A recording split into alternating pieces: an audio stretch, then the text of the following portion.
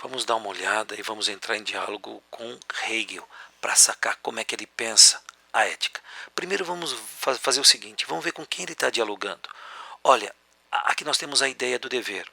Dever implica numa vontade alheia à sua, externa, através do quê? Dos mandamentos de Deus, como pensava o cristianismo, ou como pensava Kant. Como pensava Kant?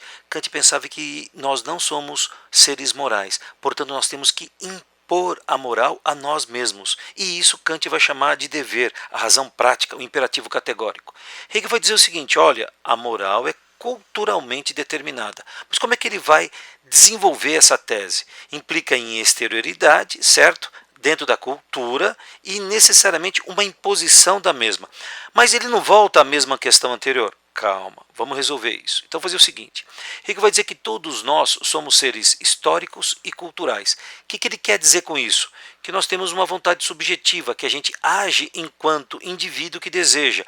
E aqui eu tenho aquilo que Kant vai chamar de razão prática.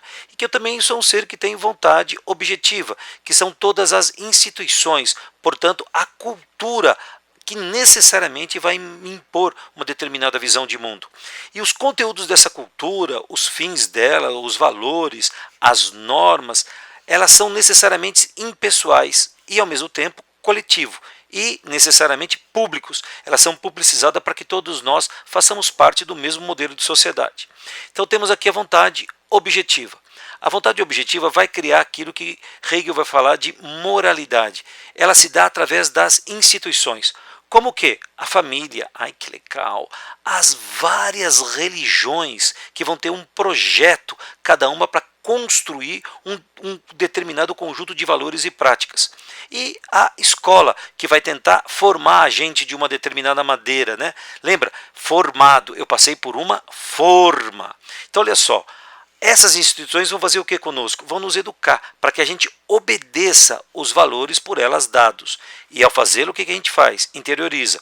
E isso eu vou chamar o quê? De vontade objetiva. Tá claro o que é vontade objetiva? Ok. Vamos continuar então. Olha só. O que seria a vida ética para Hegel então? Esse acordo entre o quê?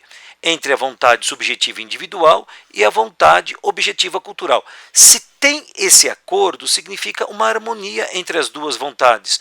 Portanto, eu vou agir de que maneira? Espontaneamente. Portanto, ao agir de maneira espontânea, eu estou sendo o quê? Livre. Então, portanto, é fazer o que a vontade deseja. E isso, para Hegel, é o quê? Dever. O dever, então, é o acordo, a harmonia entre a vontade subjetiva individual e a vontade objetiva cultural. Portanto, ser ético significa o quê? Seguir as regras morais e culturais. Mas como uma sociedade se sustenta? O que acontece com ela? Então, fazer o seguinte: algumas sociedades, a moral passa o quê? Pelo declínio. O que acontece? Essa sociedade passa a viver numa contestação. Como é que é esse processo? É quando a vontade subjetiva não tem mais nada a ver com a vontade objetiva cultural. Essa sociedade, então, está em crise. O que seria essa crise? Quando os sujeitos individuais, subjetivos, o que eles fazem? Eles vão transgredir a ordem dada. E ao fazê-lo, o que acontece? Uma mudança no mundo. Vocês já pensaram a reforma protestante? A outra forma de pensamento que ela colocou, lembre-se, na reforma protestante, eu tenho aqui a ética dos protestantes, que vai estabelecer o quê? Uma nova vontade objetiva cultural. A mesma coisa eu posso dizer do contrato social.